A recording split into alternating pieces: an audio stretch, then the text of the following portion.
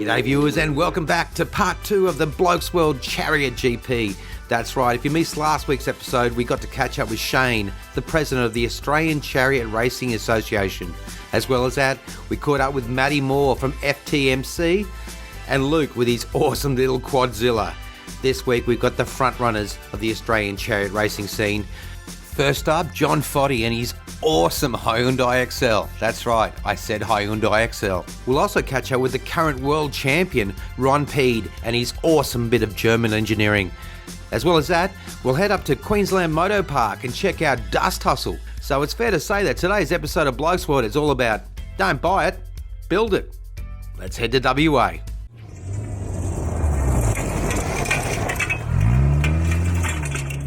Well, we've turned up here today to do a bit of chariot racing.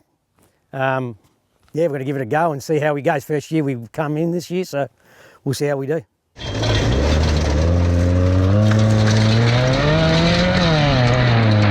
it took us about 9 months, so, you know, weekend by weekend and after work and, you know, bits and pieces, a lot of brainstorming, trying to make things work and reinventing the wheel with it, so we got it going eventually. The front is still the stock standard Hyundai XL. There's no major alterations in it. It's just been serviced and make sure everything's running properly. And yeah, it's pretty much a standard car. So cost factor to build that is pretty simple. And then, like I said, we built the back trailer part or chariot. It's basically like a standard trailer.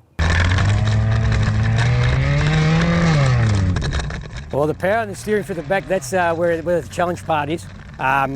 You know, you got to extend all your cables. You got to get distances of like the braking distance on a pedal is, you know, probably about 150 mil. You got to compress that down to 15 mil on a standard motorbike handbrake. So that's, you know, you got to put a lot of levers and everything in place to shorten all the travel. And then you got when you shorten travel, it's going to become a lot harder.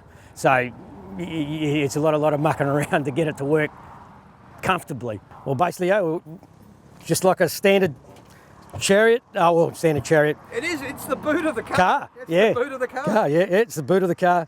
We just cut it out and, yeah, we just made it suit. Everything's in here. You know, you just, instead of the XL, that's still the standard thing, just extended the push-pull cable. Handbrake still works. Ignition is down there, so everything's operable from the back. Yeah, and basically a motorbike setup or quad bike setup for steering. Is there any times you just sit in the shed and go, look what I've built? I haven't had the time to really think about it because I said we only finished it 4 weeks ago, but yeah, no, we look at it and go, oh, well, we've got it together now. Let's hopefully, we'll see how we go on the day and hopefully it lasts the whole day. Our cockpit is actually just built on the back of the car, so I've got full suspension, still got handbrake, everything as if it's driving in, sitting in the driver's seat. Everything's in the operational in the back. So it all runs pretty well. It took me 9 months because, like, every weekend, that's basically what it is. My Saturday, you know, a couple of hours of Saturdays, Sundays, just putting things together, trying to see if it works. Things didn't work, so it was back to the drawing board, and it was, you know, it was all to and fro. But they had 9 months over from the start to end. Well, basically only really finished it properly about 4 weeks ago. This is my first year race, but it is a pursuit, so we're just going to be, you're just chasing each other's tail. So the idea is to catch his tail. We'll see how we go. Like I said, we haven't raced against them before, so hopefully we get up to them. We'll see how we go. I don't know. I haven't really timed them, and I know what I do. I don't know how fast they go. So we should be up there.